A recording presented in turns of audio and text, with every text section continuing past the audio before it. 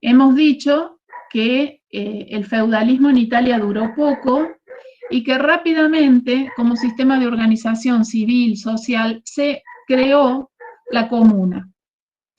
Esta suerte de ciudad-estado que obligó al hombre a una actividad mundana mucho más rápida que otros sistemas sociales. Y eso hizo, por ejemplo, que Dante, que fue el tema de la semana pasada, plasmara en una obra como la Divina Comedia, una obra netamente medieval, podríamos decirlo, porque recoge, sintetiza, da forma estética a toda la cosmovisión medieval, a todo un mundo medieval. Es como si la Edad Media se hubiera condensado en la Divina Comedia. La Divina Comedia la condensa, es una suerte de Aleph, en donde toda la Edad Media está ahí concentrada. Sin embargo, lo humano, sobre todo en el infierno, adquiere una presencia nueva. Eso es lo novedoso, ¿no? La novedad que lo humano, que lo laico tiene en esa representación de la realidad o del mundo ultraterreno. Entonces, si lo humano tiene importancia, quiere decir que la realidad está presente de una manera particular.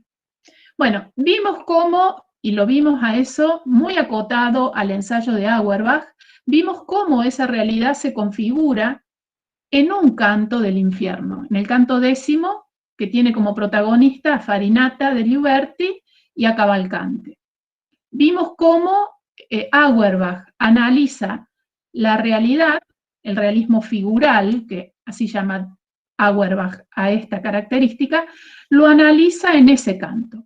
Entonces lo analiza a partir de la figura poética, la creación de la figura poética, de qué modo Dante crea esa figura poética, cómo la presenta, con rasgos sensibles, humanos, claramente distintos, o sea, rasgos que aluden a una corporeidad, ¿no? La grandeza, el gesto en la cara, su altivez, en la representación física.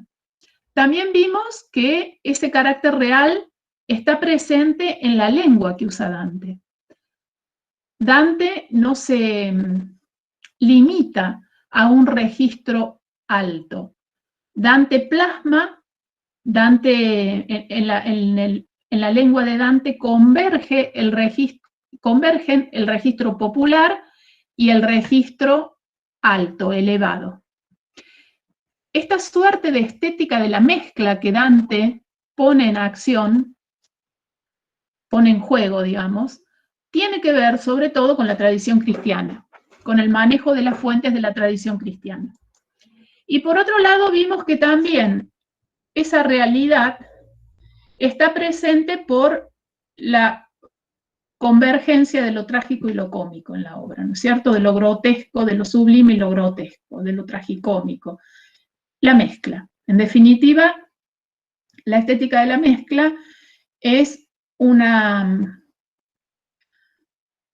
clara representación de la realidad y es, esto lo dijimos también para después analizar en perspectiva las tradiciones literarias, es lo que luego los románticos van a redescubrir en Dante, ¿no? Cuando los románticos plantean las características del drama romántico, en el prefacio de Cromwell, habíamos hecho alusión al texto de Víctor Hugo, justamente la realidad está no en la división que el clasicismo hace entre comedia y tragedia, lo elevado en la tragedia, lo popular en la comedia, y así la realidad queda como escindida. La realidad está en la mezcla, y entonces las fuentes de los románticos son Shakespeare y Dante. Pasamos ahora a otro grande de este inicio de la literatura italiana, que es Giovanni Boccaccio. Boccaccio, a diferencia de Dante, trabaja, se mueve en el terreno de la prosa. Entonces, vamos a ver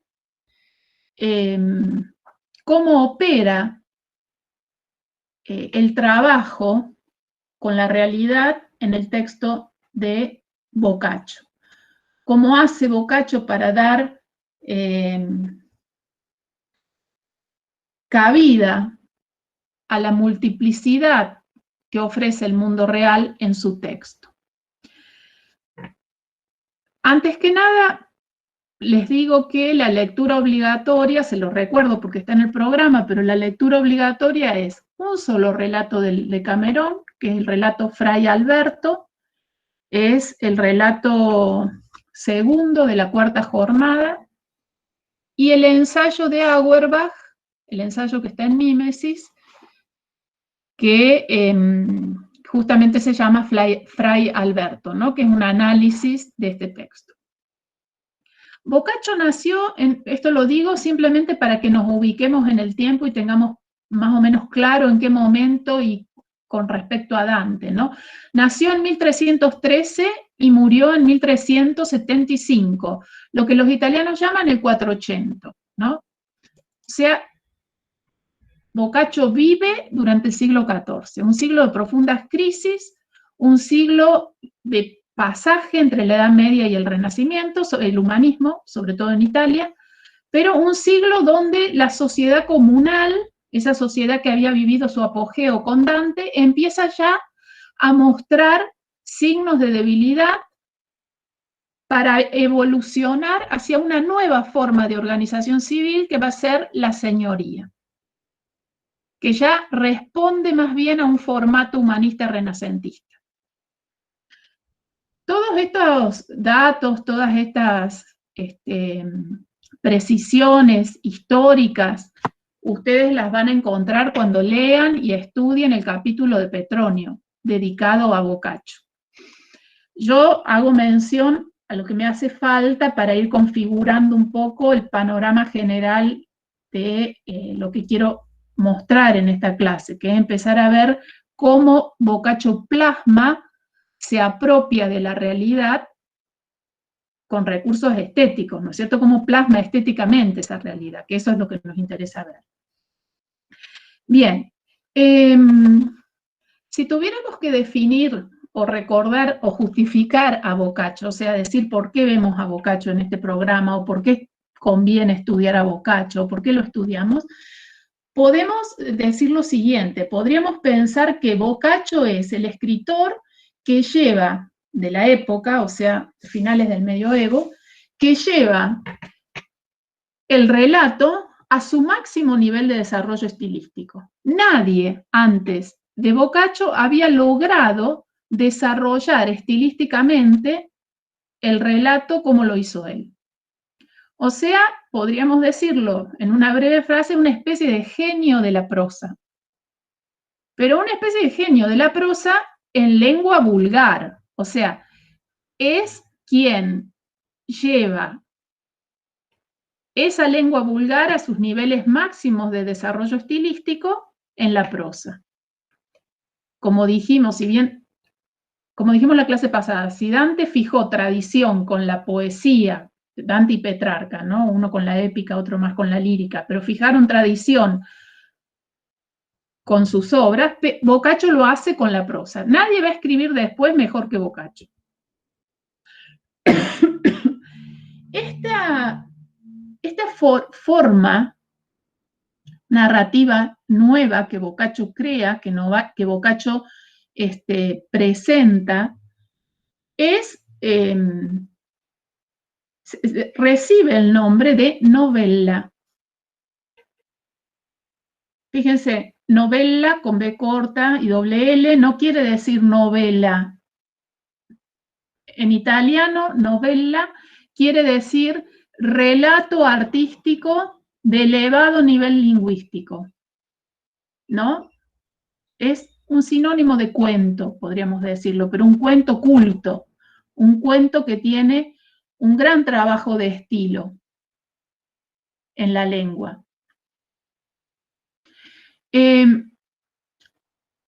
Por supuesto que Boccaccio parte de una tradición en prosa que se había desarrollado en la Edad Media, no lo hace de la nada. Hay dos fuentes que alimentan el relato de Boccaccio, el modelo narrativo de Boccaccio, y son el fable, esta forma narrativa francesa. Auerbach lo nombra como fable, y el relato, el cuento que aparece en la literatura italiana en una colección de relatos que se llama Il Novellino, ¿no? Podríamos considerar al novellino como un antecedente un poco rústico, por decirlo de alguna manera, de el Decamerón.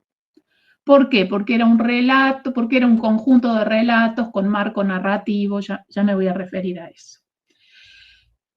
Lo que hace Boccaccio a partir de estas tradiciones y la tradición clásica, por supuesto, ya vamos a ver las fuentes del relato que nosotros vamos a trabajar hoy, lo que hace Boccaccio es definir en su lengua, el florentino culto, el estilo medio. Y en el ensayo de Auerbach nos muestra eso, nos muestra cómo el texto de Boccaccio logra la definición de ese estilo medio. El Decamerón es un texto escrito entre 1349 y 1351. Y cuando dijimos representa el máximo nivel de desarrollo que el cuento medieval alcanza, esto lo decimos porque en esta obra se advierte una serie de características que nos permiten a nosotros decir eso, ¿no? Que nos permiten establecer ese juicio de valor. Y esas características son el perfeccionamiento de las técnicas expresivas. Fíjense, ¿no? Y atiendan a esta, perfeccionamiento de las técnicas expresivas. Auerbach nos va a mostrar en su ensayo la plasticidad de la frase en Boccaccio, la agilidad en el uso de expresiones breves, en el uso del gerundio, en el uso de determinadas construcciones. O sea, eso es el perfeccionamiento de las técnicas expresivas. Poder decir algo de una manera elegante, de una manera refinada.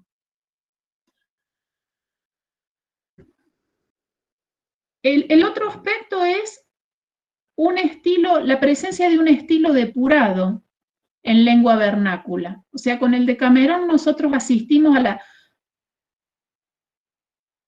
a la presencia del estilo medio en lengua vernácula, o sea, en lengua vulgar.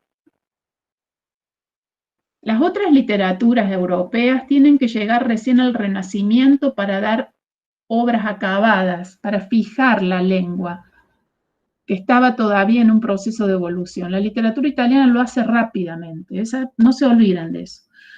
Otro aspecto que encontramos ya en el texto, que estaba también en cierta literatura cortesana, francesa, de las cortes feudales, pero que acá se hace ya más extensivo a otras clases sociales, es la finalidad recreativa.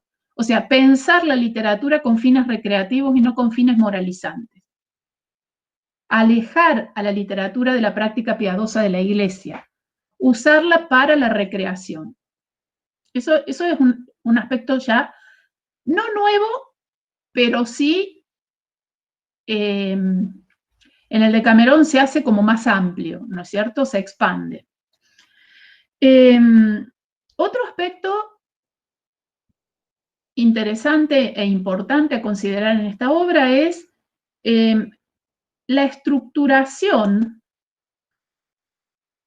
de la obra como una verdadera colección de relatos.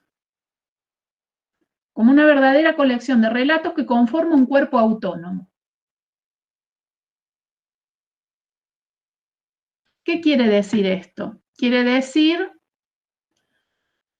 ya voy a volver a esto, una obra de Camerón quiere decir 10 días, ya cuando explique la estructura, pero 10 días, 10 relatos en cada día, o sea, en el de Camerón hay 100 cuentos, un argumento vastísimo. ¿no es cierto? 100 cuentos, pero perfectamente organizados en un marco narrativo. Esto hace que ese manejo tan equilibrado y tan estructurado entre el marco narrativo y los 100 relatos también dan cuenta de una maestría estilística y artística que nadie antes había mostrado. Ya voy a volver a eso. Bueno, la otra característica que también me interesa señalar es que con una obra como el Decamerón empieza a declinar la creación creativa anónima y empieza a aparecer la creación creativa de autor. O sea, ligado al estilo aparece la figura de autor. Esta no es un texto de creación anónima. Este es un texto que justamente por el estilo permite pensar en un autor. Hay un autor detrás de esto. El estilo está muy cuidado, es un estilo muy refinado. No puede ser el resultado de la transmisión oral. Y bueno, y por último, cómo Boccaccio, llevando, digamos, adelante todas estas características, lo que hizo fue darle un lugar, darle un estatuto literario elevado a la prosa, porque hasta ahora toda la literatura culta se venía escribiendo en verso. Entonces ahora la prosa adquiere relevancia. Entonces, Dante para el verso, Boccaccio para la prosa, pero ambos llevan la literatura a un nivel de desarrollo estilístico nunca antes visto, un nivel de desarrollo estilístico que fija tradición y que convoca de una forma nueva la realidad.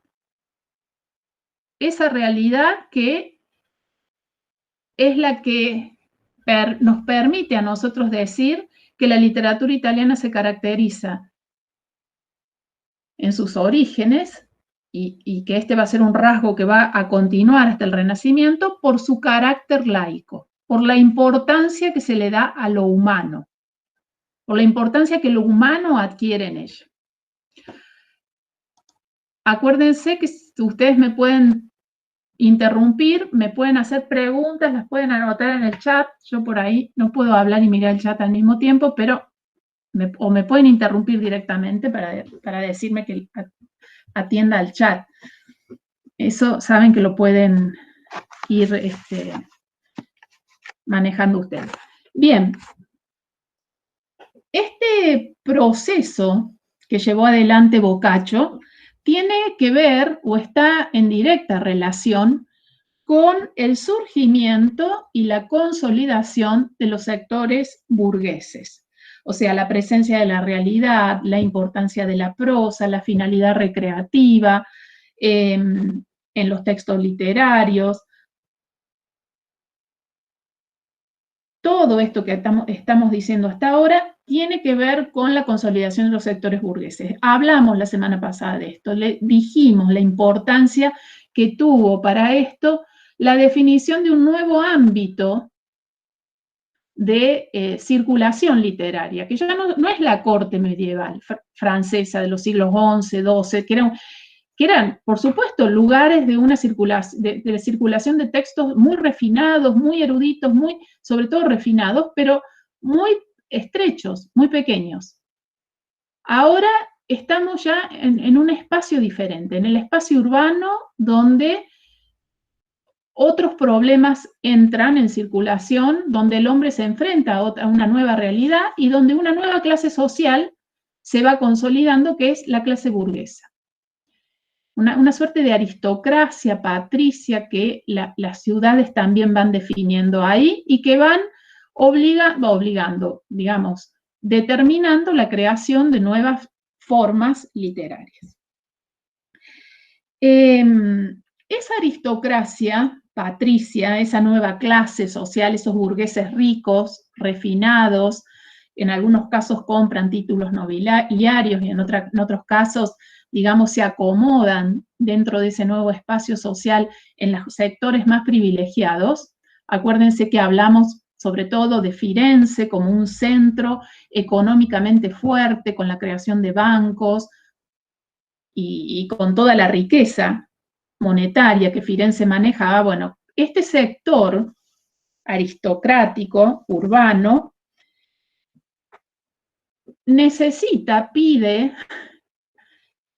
quiere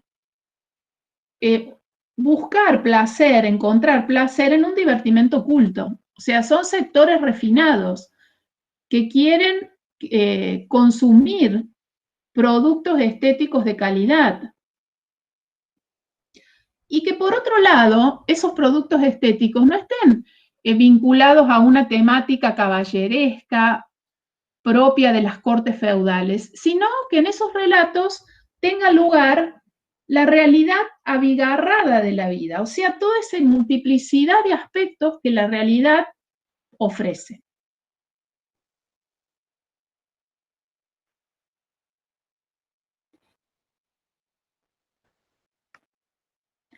Porque hasta el momento que cómo se venía un poco distribuyendo los temas y cómo funcionaban los géneros.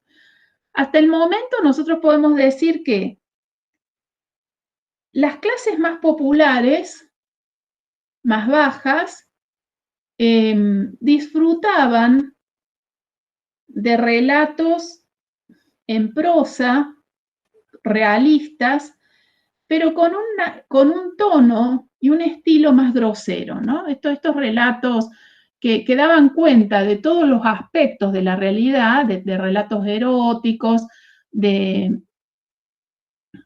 sobre todo del amor carnal, pero de una manera un tanto grosera.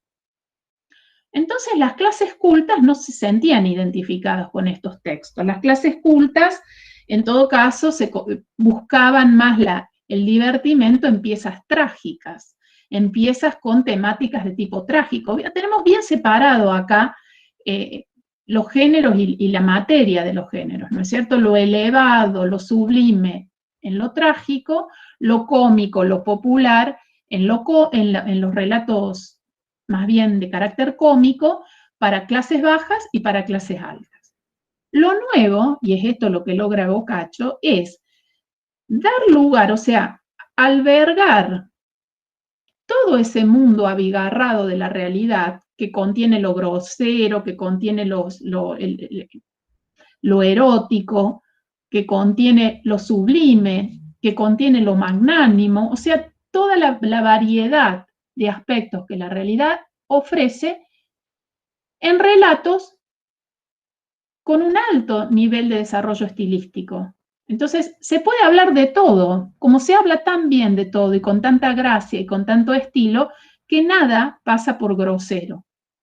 Y nosotros lo vamos a ver eso en el texto Fray Alberto, un relato erótico que puede ser contado de una manera burda o de una manera muy elegante como la cuenta Boccaccio, y a su vez humorística, ¿no? Que además Boccaccio le agrega el elemento humorístico.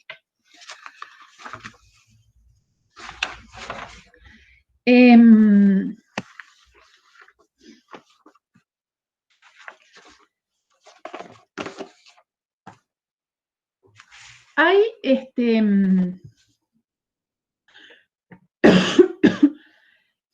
ustedes van a tener que leer y estudiar el capítulo de Petronio, que está dedicado a la vida de Boccaccio y a las características generales del Decamerón. Yo voy a hacer en la clase de hoy algunas referencias, sobre todo me importan dos. Por un lado, referirme rápidamente a la vida de Boccaccio para decir y señalar algunos aspectos que no son menores y que creo que hay que tener en cuenta. Y en otro momento, antes de entrar al relato que vamos a analizar, me voy a referir a la estructura del Decamerón, para que, como nosotros vamos a leer solamente un solo relato, podamos entender en qué lugar de la obra ese relato está, qué lugar ocupa. porque el Decamerón, como la Divina Comedia, son obras, y en esto destaco su carácter medieval, vastísimas. Son obras que dan lugar, que albergan la realidad completa. Entonces, toda la vastedad de un mundo está compendiado ahí. En estas obras, el dedicarle un momento a considerar el tema de la estructura es fundamental para poder entender en qué parte del texto estamos. Bien. Profe, le hago una consulta. Sí, sí. Esta literatura que circula en las clases populares, que es una literatura grotesca, ¿también la consideramos como fuente para la creación artística de Boccaccio? Sí, es fuente. Lo que pasa es que él la eleva. Él, es como si nosotros tuviéramos un cuento erótico contado en un registro bajo popular, lo podemos contar con ese registro bajo, lingüístico bajo, lo podemos contar con un registro alto, elegante. Boccaccio lo que hace es contarlo con registro elegante, alto. Sin por eso dejar de renunciar al contenido. Y lo que muestra es que todo se puede contar, o sea que toda la realidad puede entrar en una forma culta de expresión. Ese es el gran avance que hace Boccaccio. Toda la obra, todo el Decamerón, antes de hablar de la estructura voy a hablar de un aspecto del Decamerón que tiene que ver con la vida de Boccaccio. Toda la obra pone en juego dos esferas que gravitan alternativamente y que son muy importantes para entender el Decamerón y que tienen que ver con la vida de Boccaccio, ¿no? Por un lado, la actitud cortesana que nos lleva directamente a la experiencia cortesana de Boccaccio en la ciudad de Nápoli, en la corte de Roberto de Anjou, la experiencia cortesana.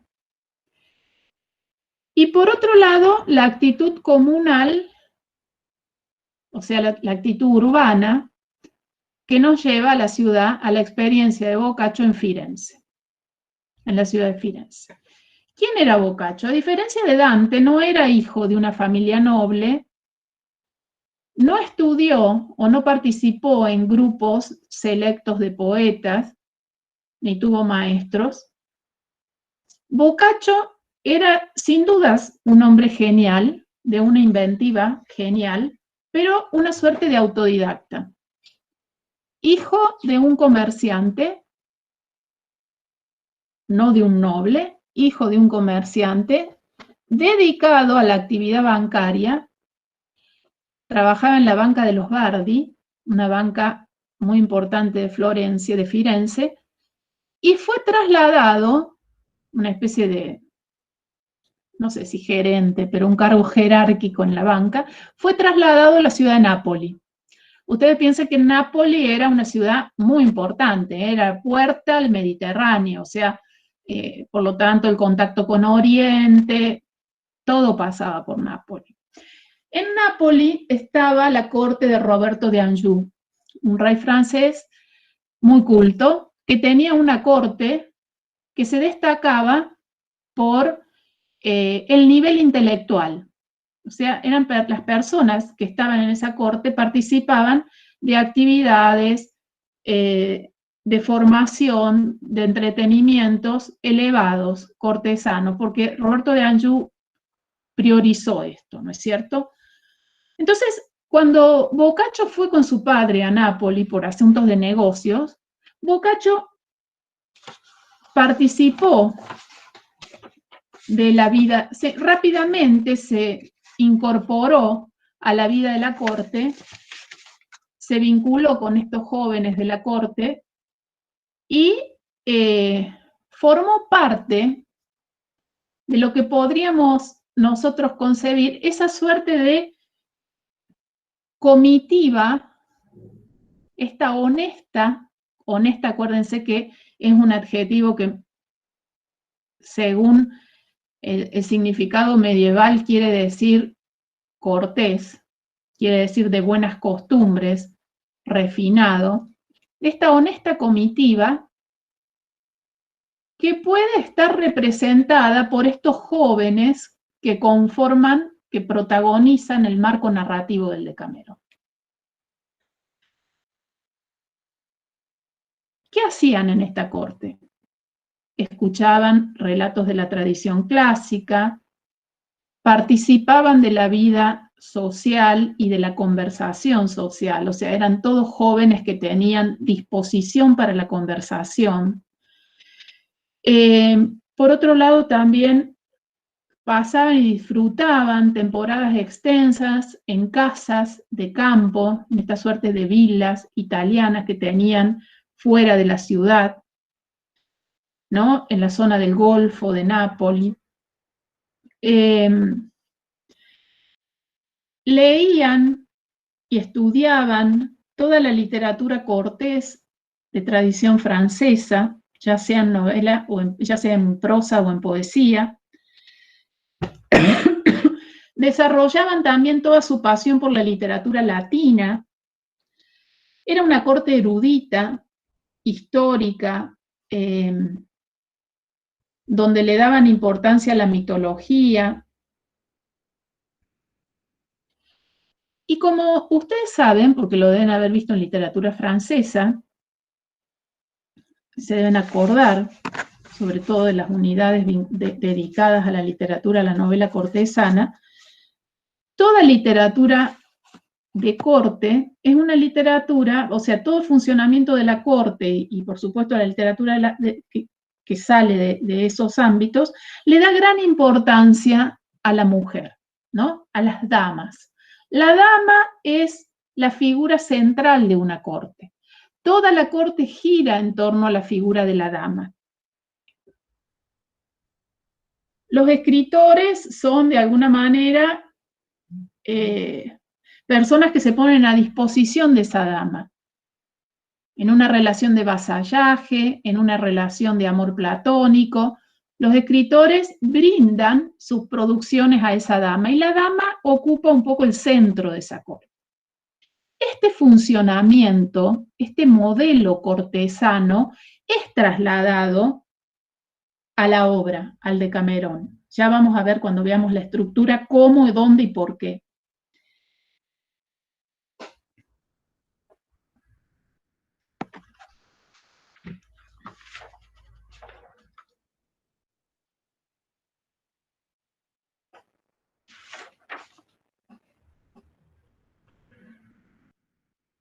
El autor, cuando Boccaccio compone el Decamerón, lo piensa siguiendo determinado orden. Una primera parte que se denomina proemio, en el que Boccaccio, en tanto autor, dedica su obra a las damas y hace una suerte de alegato a la estructura social cortesana, diciendo que las damas son las figuras más importantes y a quien los poetas se deben. Un segundo nivel narrativo de la obra nos presenta un marco narrativo, cornice en italiano, que funciona como un relato englobador que organiza el tercer nivel narrativo, que es el que corresponde a los 100 cuentos. 100 cuentos organizados en 10 jornadas o 10 capítulos, como ustedes quieran. Y por último, una conclusión. En este proemio nosotros advertimos un poco lo que dije yo al principio, ¿no? La esfera cortesana, cómo la esfera cortesana regula un poco la estructura de la obra, porque Boccaccio dedica la obra a las damas. Y el marco narrativo pone en valor el modelo de organización social cortesano. ¿Y por qué lo pone en valor? Por varias razones. Primero porque ese relato, bueno, ese marco narrativo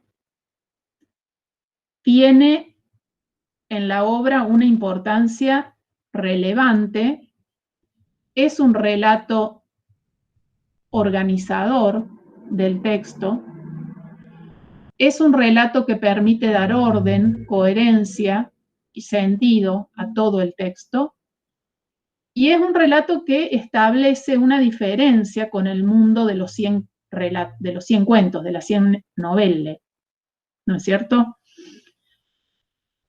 ¿Qué se narra en el marco narrativo? ¿Cuál es la historia del marco narrativo?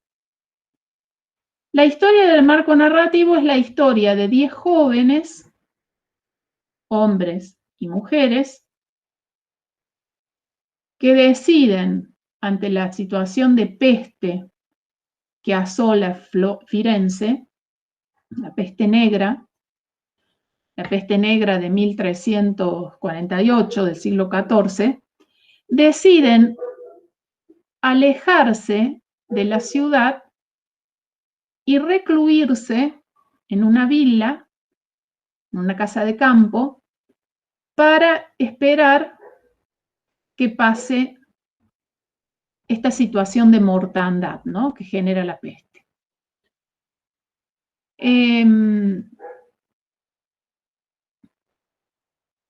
Este marco narrativo, que se desarrolla a lo largo de toda la obra, tiene una especial extensión en la introducción a la primera jornada o primer capítulo. Boccaccio le dice jornada porque los jóvenes se van 10 días al campo y en esos 10 días, en cada día, cuentan 10 relatos. Entonces por eso le dice jornada primera, jornada segunda, jornada tercera. Cada jornada corresponde a un día, en cada día los narradores cuentan 10 relatos y así 10 por 10, 100, el total de cuentos, de relatos de la obra. Bien, entonces en la introducción a la primera jornada, donde nosotros podemos ver que se despliega el marco narrativo de una manera bastante importante, asistimos a una primera parte que corresponde a la descripción de la peste en Florencia, un segundo momento donde los jóvenes se reúnen en la iglesia de Santa María Novella y ahí deciden llevar adelante un plan de acción.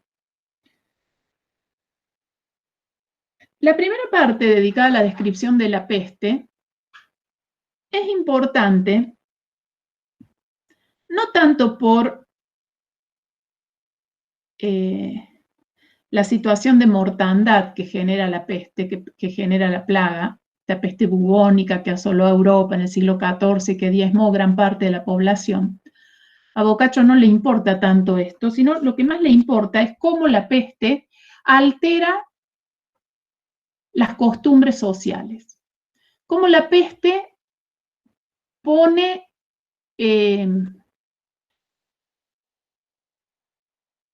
fuera de ley a una sociedad. Entonces, más que la muerte en sí, estos jóvenes de clases elevadas, acostumbrados al buen comportamiento, de gustos y costumbres refinadas, se ven un poco horrorizados ante esta situación, ¿no? Y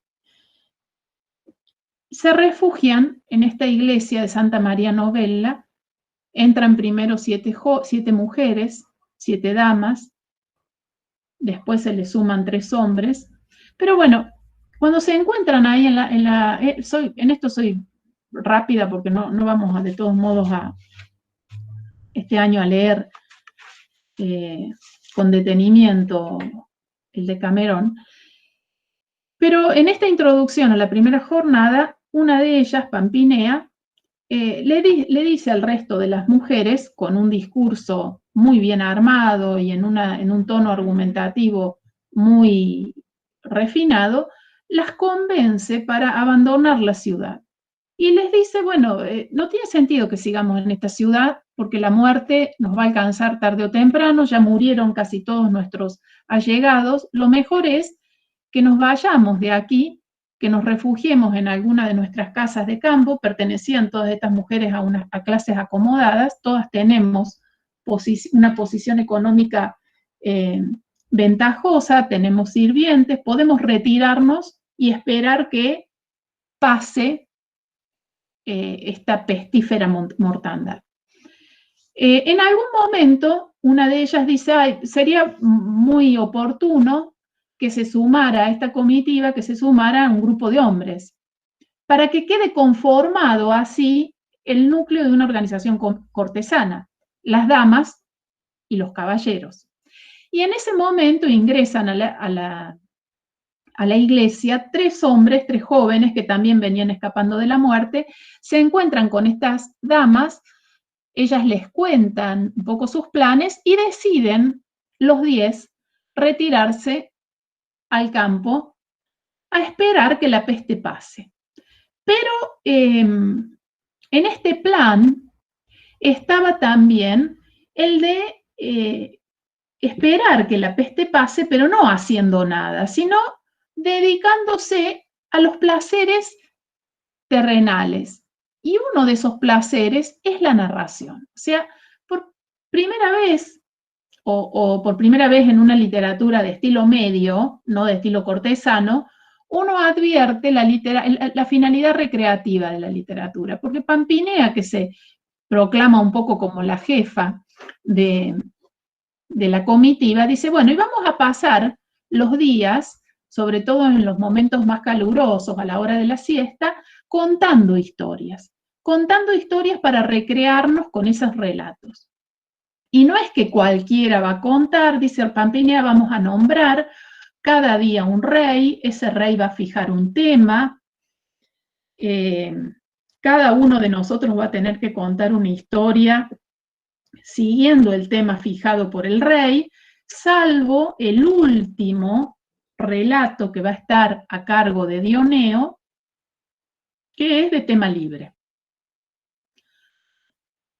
Fíjense ustedes cómo rápidamente se arma un nuevo entramado social en esta comitiva que responde a la modalidad cortesana, o sea que sigue el modelo de una corte. Para Boccaccio es fundamental pensar la sociedad organizada en los términos de una sociedad cortesana. Esta nueva burguesía, esta nueva clase social creada en el ámbito urbano, que tiene riqueza, que tiene un bienestar económico, necesita apropiarse de todo un sistema de valores que refine sus costumbres. Y ese sistema de valores va a ser el sistema cortesano, el sistema de la clase feudal, una clase que está ya en extinción, pero que le lega a esta nueva clase su código de comportamiento, su sistema de valores.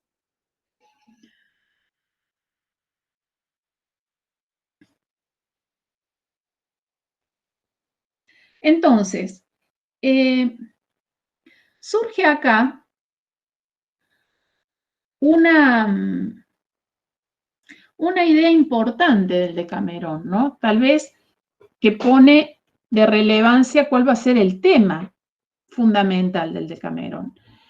El tema del Decamerón es la habilidad discursiva, porque esta comitiva se reúne justamente para poner en primer plano una actividad que tiene que ver con la habilidad de contar. Y no es casualidad que justo en la mitad de la obra, el primer relato de la sexta jornada, que está un poco ahí en el medio de la estructura, sea un relato, el relato de Madame de Oreta, dedicado a la importancia de la habilidad discursiva. O sea, esta nueva clase social que ha ganado ya prestigio económico, prestigio cultural, va realmente a configurarse como clase cuando conquiste la habilidad discursiva. Y el Decamerón es en definitiva una obra que pone de relevancia la habilidad de la palabra, la sociedad del discurso.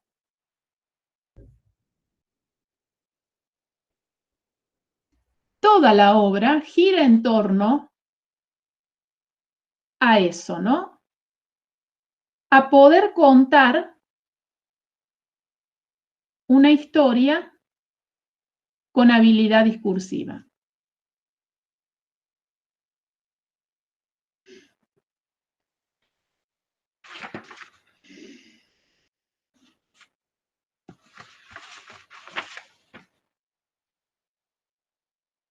Pero por otro lado también, esa habilidad discursiva va ligada a la idea de orden. Y esa idea de orden es una idea extraída de una sociedad cortés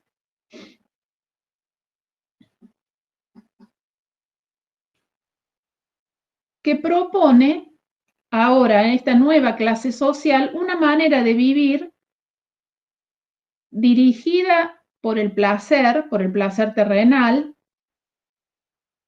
pero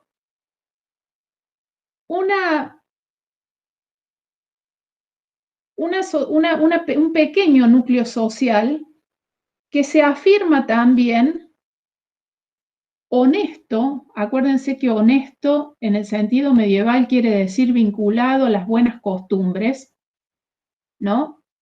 O sea, gente educada, refinada.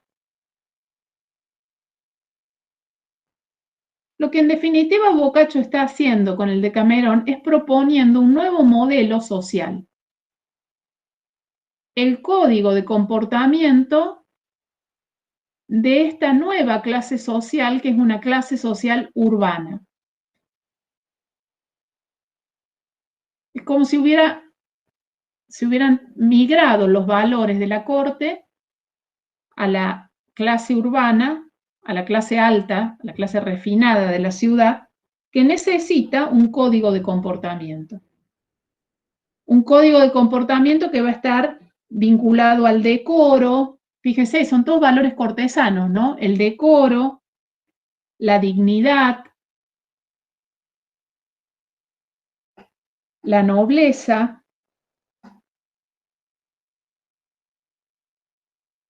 Entonces, se puede hablar de cualquier cosa, de cualquier tema, de temas bajos, de temas altos, de temas medios, porque el tema no importa. Lo que importa es cómo se ennoblece ese tema, cómo se lo lleva a un nivel, y eso es lo que vamos a ver con el texto de Fray Alberto. Entonces, este narrar regulado que propone esta honesta comitiva que se junta para contar relatos, lo que intenta es restaurar un orden en respuesta al desorden social que la peste, y no solo la peste, sino la crisis de valores del siglo XIV había instalado en la sociedad. Profe, Sí. perdón, una consulta.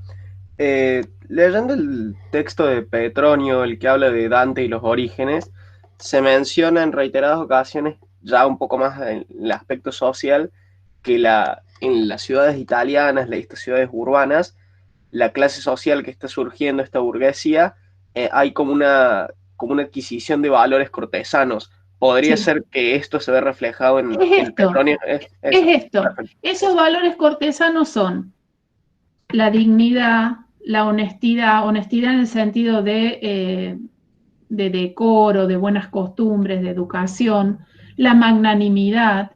O sea, refinan, los burgueses se hacen finos, para decirlo de alguna manera. Y se hacen finos, ¿cómo? Se hacen nobles. Claro, mejor dicho, toman el modelo de comportamiento de los nobles, pero siguen siendo burgueses. Toman el modelo de comportamiento de los nobles. Pero además, desarrollan especialmente, que esto va a ser fundamental para llegar al Renacimiento, la habilidad discursiva. porque solo el hombre que es dueño de la palabra puede manejarse y puede manejar su destino, ¿no? Solo un hombre puede pensarse, puede autorregularse si es dueño de su habilidad discursiva. Con la palabra se puede hacer todo, pero ¿quién lo puede hacer? Quien la maneja. Quien no la maneja, no. Entonces, el Decamerón es, podríamos decir, una obra que ensalza la habilidad discursiva. Y fíjense, para aquellos que quieran ir un poco más de la prescripción curricular de la cátedra, lean la introducción a la primera jornada, que forma parte del marco narrativo, para que puedan ver cómo Pampinea convence a la comitiva para hacer lo que ella quiere en definitiva, que es llevárselos a todos al campo y decir, ¿por qué nos vamos a quedar acá? Bueno, pero sobre todo lean, porque no importa lo que ella logra, sino cómo lo dice. Me parece que hay un micrófono abierto. Ahí está, gracias. Entonces, ese narrar claro, desarrollado, ese narrar, esa habilidad discursiva, es el centro de la obra. Boccaccio está trabajando eso, y fíjense, en un estilo medio, o sea, en un estilo que no es el de los nobles de las cortes. Estamos hablando de un estilo urbano, de una clase urbana, perdón.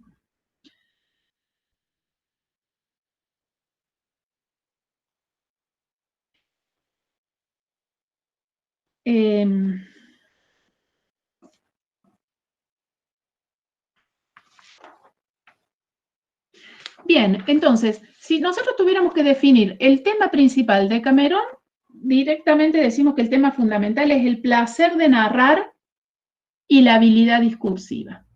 Todo se dirime en esas cualidades. Y los móviles que determinan el accionar de los personajes son el ingenio, la fortuna, la idea de azar, el amor, los valores caballerescos.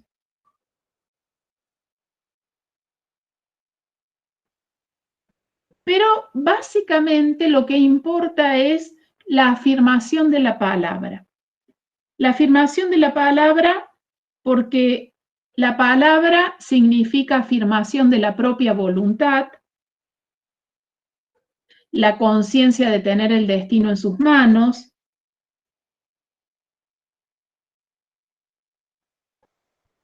un hombre sin palabra es un hombre que no se puede considerar hombre, ¿no es cierto? El hombre como centro de su actividad es un hombre que domina el discurso, que domina la palabra y que a través de esta puede lograr lo que quiere. Si no, estamos en un estadio muy primitivo todavía. Antes de la palabra es la guerra. Entonces, la palabra posibilita dirimir, fíjense que con esta conquista vienen tantas otras conquistas, ¿no? Viene ya también lo que instala el Renacimiento, que es la idea moderna de política, viene Maquiavelo, o sea, viene la conciencia de la dignidad humana, de Marsilio Ficino, o sea, vienen una serie de derivaciones, pero esta obra está primero, esta obra es la que abre la puerta al resto de manifestaciones.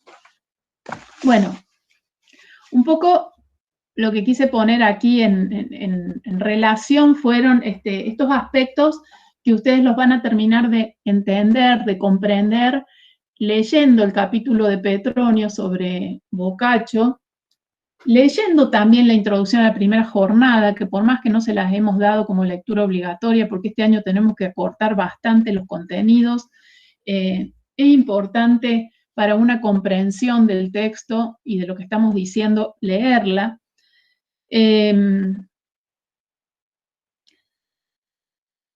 Lo que nosotros sí queremos que lean con mucho detenimiento es Fray Alberto como un ejemplo de una de las tantas de las narraciones que propone Boccaccio y el ensayo de Auerbach, como dos textos que se complementan, ¿no?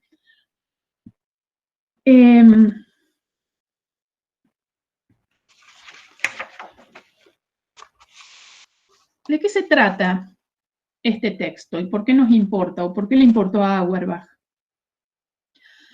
Porque como les decía recién, el relato, como les dije en algún momento, el relato es la narración, es la segunda narración de la cuarta jornada.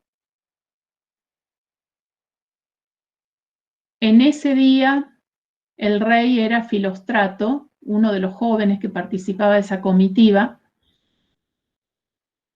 Quien cuenta esta narración, quien la cuenta es Pampinea. Esto ocurre un día lunes y la acción está localizada en Venecia. Si la tenemos que definir dentro del tipo de narraciones, decimos que es una historia erótica que termina mal.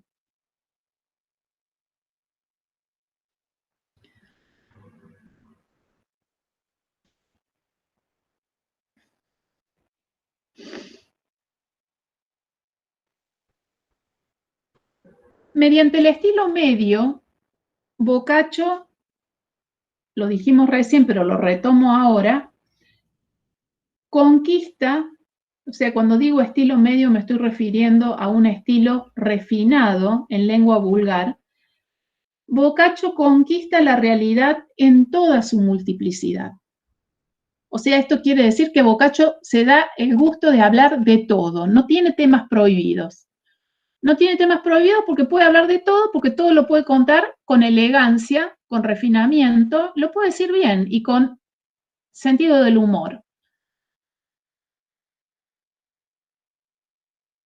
Su lenguaje es un lenguaje flexible, en esto gana ductilidad, plasticidad, un lenguaje flexible, rico, expresivo, que ofrece una visión sintética del mundo. ¿Por qué sintética? Porque en esa visión converge el hombre y los problemas del hombre, pero no son problemas muy metafísicos, son los problemas terrenales del hombre. Problemas del hombre, el mundo de la naturaleza y el tema del amor. El amor contemplado en todas sus posibilidades, desde las formas más idealizadas, más platónicas, hasta las formas más carnales, como es la de que vamos a ver en Fray Alberto, ¿no? Formas más, más propias de la carnalidad, del amor.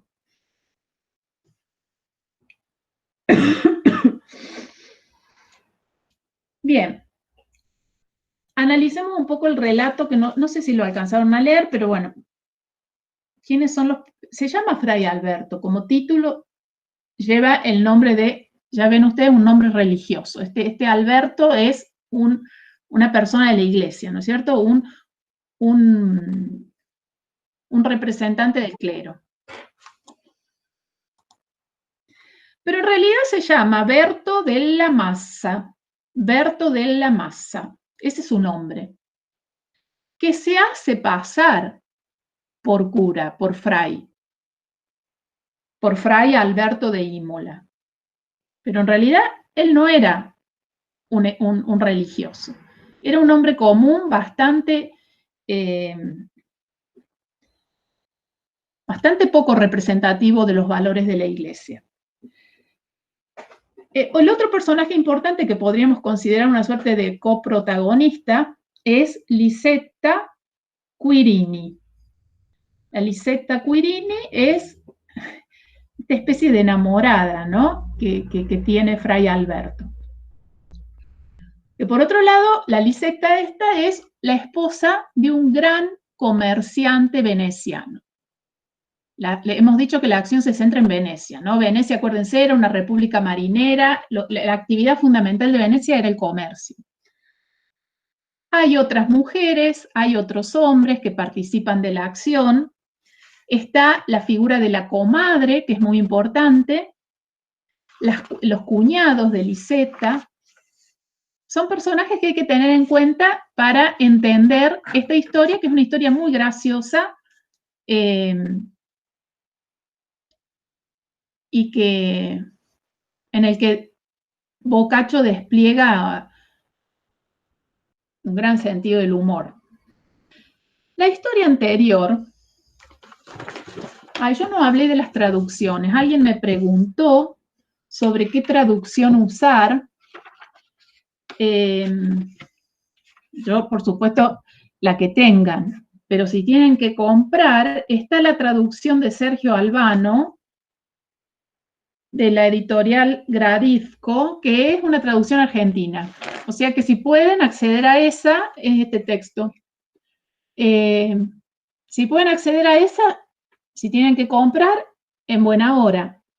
Accedan siempre, traten de comprar traducciones hechas por traductores argentinos, porque el tema de la traducción es todo un tema, ¿no? Ustedes vieron, ya están en cuarto año, deben tener alguna reflexión hecha en base a la traducción, ¿no?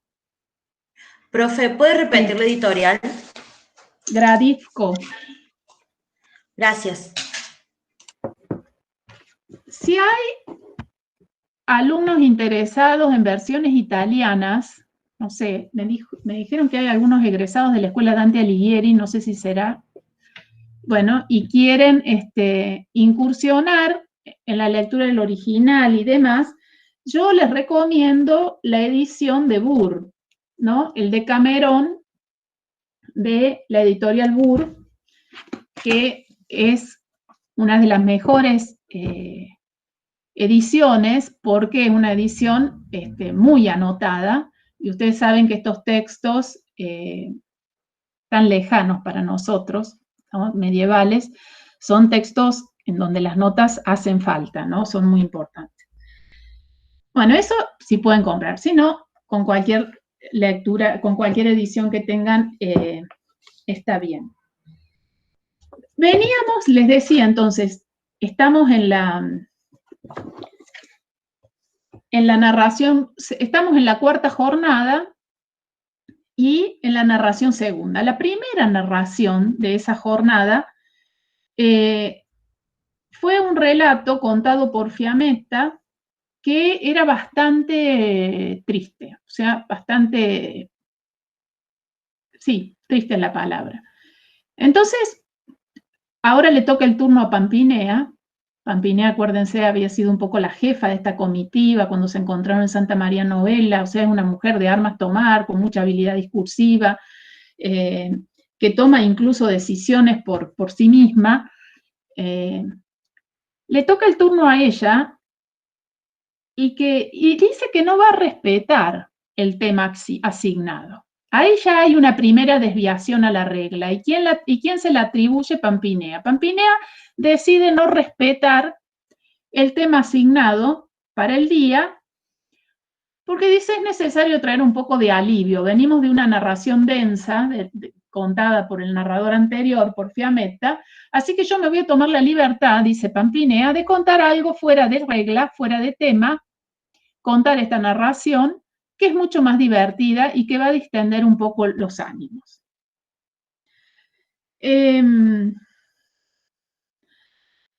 Acá hay, ante esta decisión de Pampinea, que decide justamente apartarse de la norma, no cumplirla, estábamos durante toda la exposición pasada, yo hice hincapié en la importancia que Boccaccio le da al narrar regulado, y a que no era cuestión que cualquiera contara cualquier cosa, sino que siguieran un orden, que ese orden tiene que ver con una forma de comportamiento cortesano y demás. Bueno, el hecho de que aquí Pampinea decida pasar por alto una regla significa básicamente dos cosas.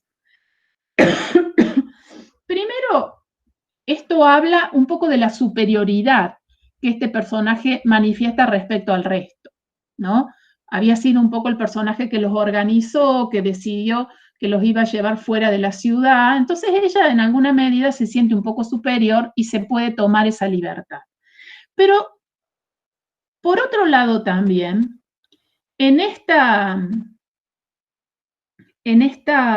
decisión de contar un texto fuera de regla, está también la necesidad de contemplar el placer que persigue esta comitiva. La comitiva no se fue al campo, a la villa, a sufrir. No era cuestión de estar llorando todo el tiempo por historias tristes. Podía haber una historia triste, pero básicamente lo que regula el comportamiento de esta comitiva es el placer. Entonces, mejor contemos ahora una historia divertida porque no vinimos a sufrir. Un poco eso dice Pampinea, ¿no es cierto? Y está poniendo en juego un poco el principio epicureísta que sigue este grupo, ¿no? Todos estos principios de filosofía epicureísta que están determinando el comportamiento de esta comitiva. Entonces, así que ella decide contar una historia erótica que presenta también, además del tema erótico, la hipocresía de los religiosos. Este es otro tema muy recurrente en Boccaccio, ¿no? Esto de mostrar los aspectos terrenales de la iglesia y que siempre tienen que ver con mostrar la hipocresía que hay detrás del credo. Hay muchos relatos donde la iglesia es desenmascarada en todo caso, ¿no es cierto? Y que Boccaccio muestra, si ustedes quieren, el aspecto más terrenal también de estas personas. Les decía que entonces el protagonista es Berto de la Masa, un hombre bastante despreciable, capaz de cometer acciones delictivas, bastante actos malvados, o sea, un sinvergüenza mal, o sea, un tipo pesado, podríamos decirlo así. Que se disfraza y se hace pasar, llega, después de irse de su lugar, porque bueno, por problemas, llega a Venecia, vestido, asumiendo la identidad, una falsa identidad, asumiendo la identidad de fray Alberto. Entonces llega a Venecia como fray Alberto, como un hombre devoto y respetuoso de la fe. La Madonna Liseta es, que habíamos dicho podía funcionar como coprotagonista, es más que una simple víctima. Es también un personaje que actúa en toda la diégesis, ¿no? Está presentada como una mujer un poco boba, engreída, una mujer muy linda, muy hermosa, creída de sí, creída de su belleza.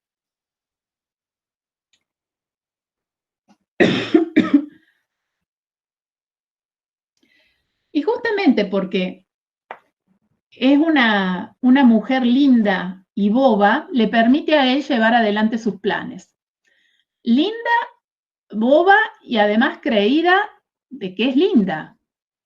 Se dan ahí una serie de factores que a él le vienen muy bien para llevar adelante su plan.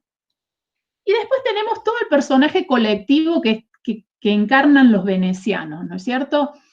Que no están muy caracterizados en profundidad, pero que estarían conformados por la comadre, que es muy importante, los hermanos del esposo de Liseta y parte del pueblo.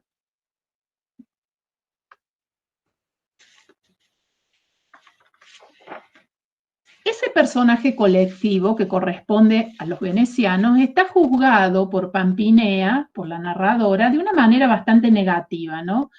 Están presentados los venecianos como chismosos, como no dignos de confianza, como gente bastante engreída. Hay en todo el relato una suerte de centralidad étnica, o sea, el carácter veneciano está puesto en primer plano, ¿no? Y esta centralidad regional de Venecia, un relato que remite a esa región y que nos habla de estos personajes, este relato nos presenta también aspectos de la lengua veneciana, o sea, hay elementos lingüísticos propios del veneciano, hay referencias a la vida económica de Venecia, o sea, al comercio, a la actividad comercial, al folclore ciudadano, y hay una precisa localización de los lugares, ¿no? Está la referencia al Gran Canal, cuando Fray Alberto se tiene que tirar de la aplicación de Liseta para salir disparando y tiene que nadar atravesando el Gran Canal, la Piazza San Marco, Rialto, o sea, todos lugares típicos característicos de Venecia, que ha sido estudiado sobre todo por Giorgio Padoan, y quien dice, en un estudio crítico específico sobre este relato, que el hecho de que Boccaccio haga referencia a estos lugares, así con tanta precisión, significa que le está dando o está trabajando el carácter verosímil del relato, o sea, está trabajando el carácter realista del relato. El relato es realista, entre otras cosas, por esto, ¿no es cierto? Porque no está situado en un espacio que puede ser cualquiera. No, está precisamente espacializado, ubicado, con personajes típicos de un lugar determinado, etc.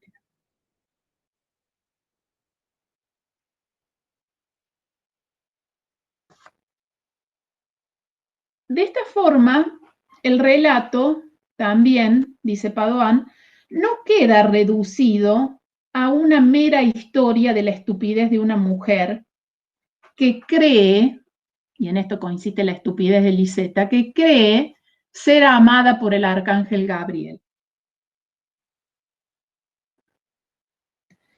O sea, si Boccaccio se hubiera detenido solamente en ese elemento, o sea, contarnos una historia erótica, graciosa, que consiste en que la Liseta cree que el arcángel Gabriel viene a su habitación y la ama cada tanto, ese sería un tipo de relato, ¿no es cierto? Donde se priorizaría el aspecto erótico, el aspecto gracioso. Pero Boccaccio busca algo más, busca la localización. Entonces, en este relato hay precisiones espaciales, precisiones de carácter, de idiosincrasia. O sea, el veneciano está bastante bien representado. Y después también precisiones lingüísticas. Acuérdense que Auerbach, como buen filólogo, empieza siempre con un detallado análisis lingüístico, mostrándonos cómo en esa lengua hay elementos venecianos, del dialecto veneciano, puestos en juego. Para que algo sea realista, tiene que ser realista en toda su dimensión, no solo en el tema, sino también en la lengua, si no, no es realista.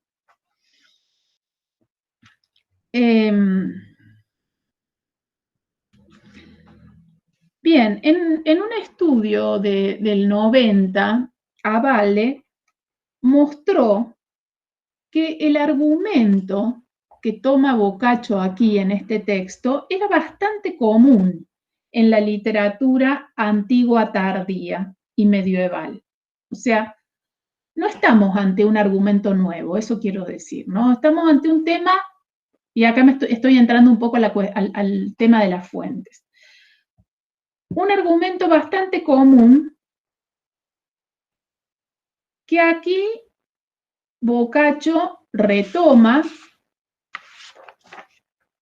parodiando un poco la fábula de Amor y Psique de Apuleyo,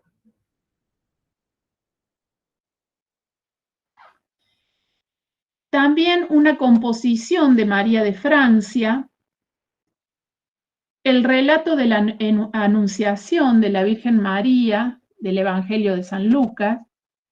O sea, hay una variedad de fuentes que Boccaccio toma, parodia, mezcla. Hay también una referencia paródica a 2 canciones de Guido Guinizelli, un compañero de Dante en la escuela del Dolce Stil Nuovo, ¿no? El tópico de la mujer bella que aspira al paraíso, ese es un tópico que está tomado acá. Yo lo que les quiero mostrar es cómo todas estas fuentes convergen en un relato cómico, erótico, de estilo medio. En definitiva, eso es lo que logra Boccaccio, esa es la novedad de Boccaccio y el logro estilístico.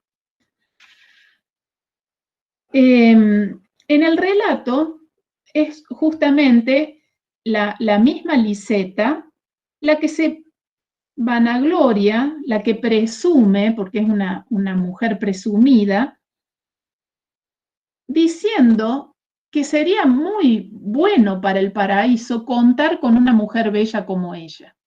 O sea, y entonces este comentario que ella le hace a Fray Alberto en un momento de confesión, lo alertan a este que no era ningún sonso y que era bastante vivo, lo alertan e inspiran su treta.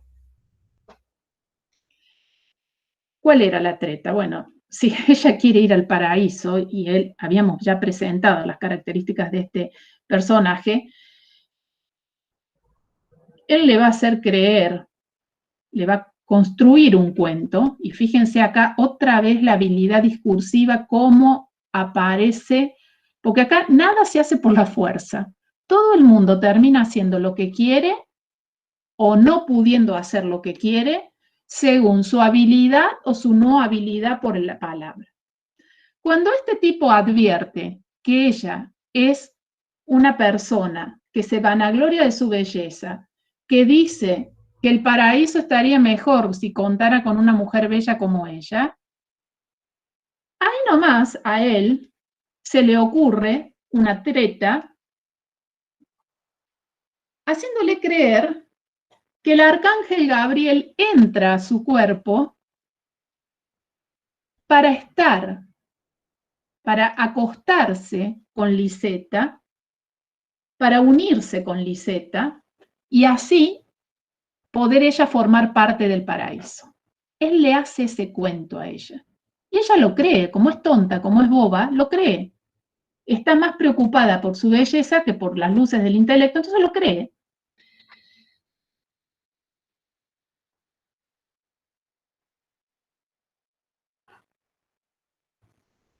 Y más allá de que este relato termina, digamos, con un castigo a Fray Alberto, entonces, más allá que sí, él logra acostarse con Lisetta haciéndole creer que es el arcángel Gabriel.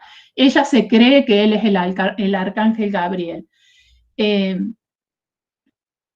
más allá de eso, el relato termina con el castigo, finalmente lo descubren a él, sobre todo quién es, el marido de Lisetta a través de sus hermanos, lo descubren y terminan castigándolo. Pero más allá de la finalidad moralista del relato, lo que importa aquí es la comicidad, o sea, las estrategias retóricas con las que Boccaccio puede plasmar la comicidad de un relato que cuenta un argumento vulgar de una manera elevada.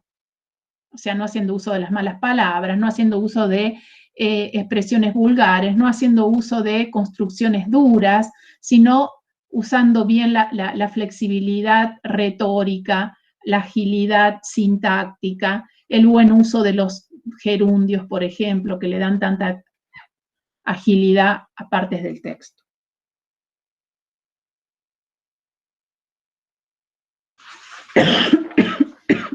Profe, Sí.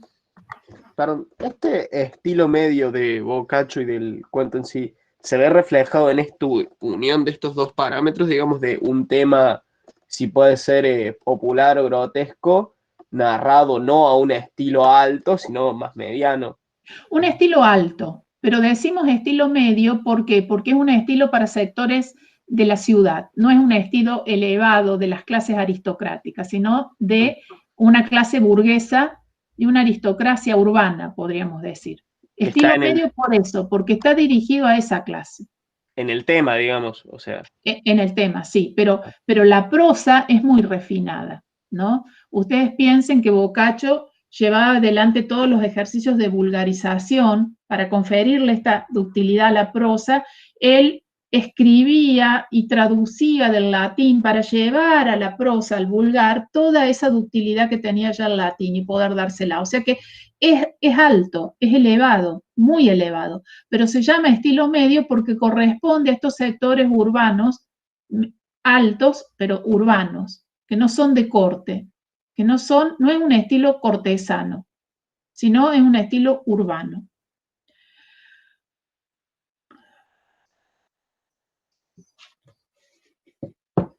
Bien, Pampinea da muestras de esta notable capacidad, de esta inventiva que tiene para la comunicación graciosa, que se va intensificando y que se pone en juego en distintas partes del relato.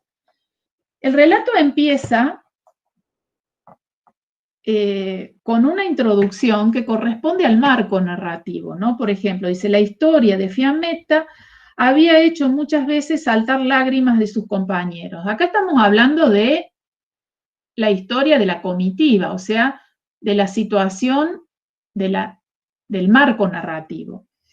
Pero estando ya completa, el rey, con inconmovible gesto, dijo, poco precio me parecería tener que dar mi vida por la mitad del deleite que con Guiscardo gozó Gismunda. Ninguna, bueno, se está refiriendo al argumento del relato anterior. No, ¿alguien me pregunta si hay problemas de sonido o si es solamente él? ¿Todos me escuchan bien? Háganme así. Bien.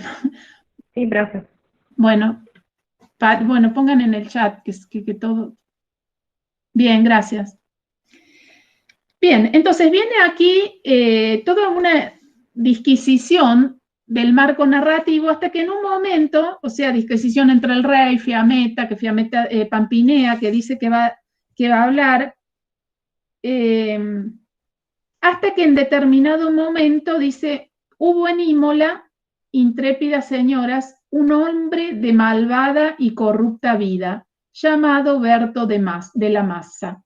Bien, ahí empieza ya Pampinea, introduce el relato. Entonces ahí es cuando pasamos del nivel del marco narrativo al nivel del relato propiamente dicho. Y empieza la historia.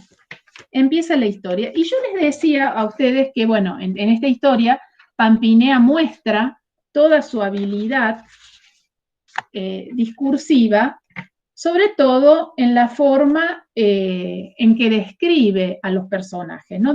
Entonces, después que viene, bueno, presentando la situación inicial del cuento, dice, ahora sucedió que una mujer joven y boba, que se llamaba doña Liseta de Can Quirico, o sea, casada con este Can Quirico, con este persona de prestigio de apellido Quirico, casada con un rico mercante que había ido con sus galeras a Flandes, fue con otras mujeres a confesarse con este santo fraile, o sea, con Fray Alberto, se fue a confesar ahí. Y estando a sus pies, como veneciana que era, fíjense ahí cómo Pampinea critica o pone en juego el carácter particular de los venecianos, como veneciana que era, que son todos unos vanidosos, ahí los critica, habiendo dicho una parte de sus asuntos, o sea, de sus pecados, fue preguntada por Fray Alberto si tenía algún amante. El fray ahí ya empieza a mostrar su aspecto no religioso. A lo que con mal gesto respondió, ah, señor fraile, ¿acaso me estás mirando?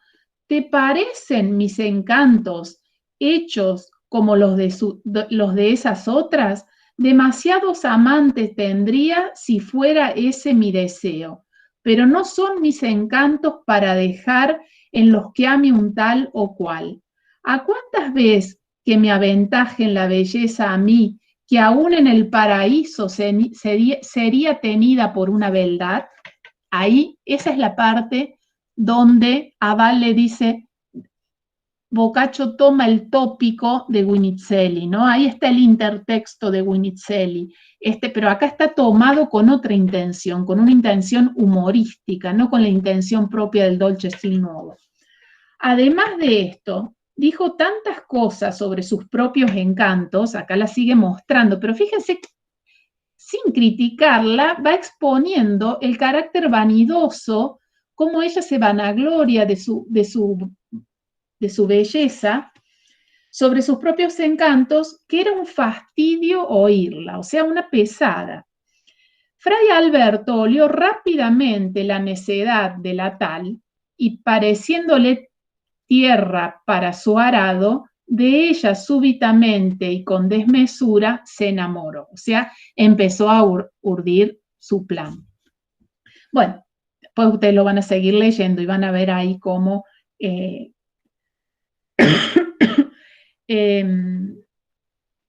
bien, después siguen numerosos ejemplos en los que asistimos a este plan de Fray Alberto, ¿no?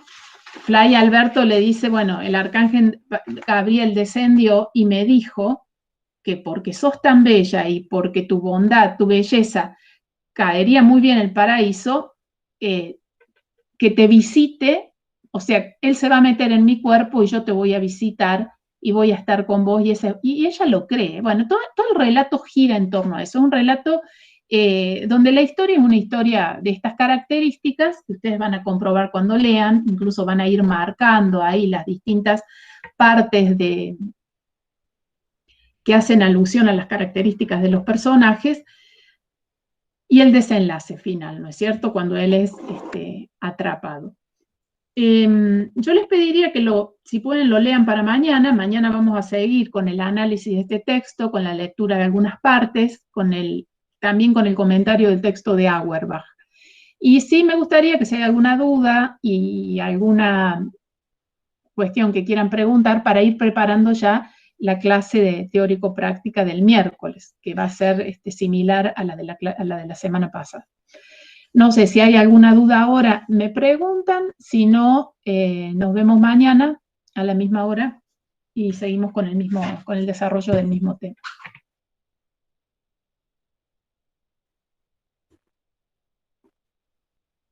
Bueno.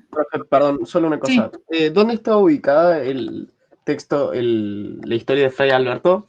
Narración cuarta, en la jornada cuarta, sí. La narración segunda de la jornada cuarta.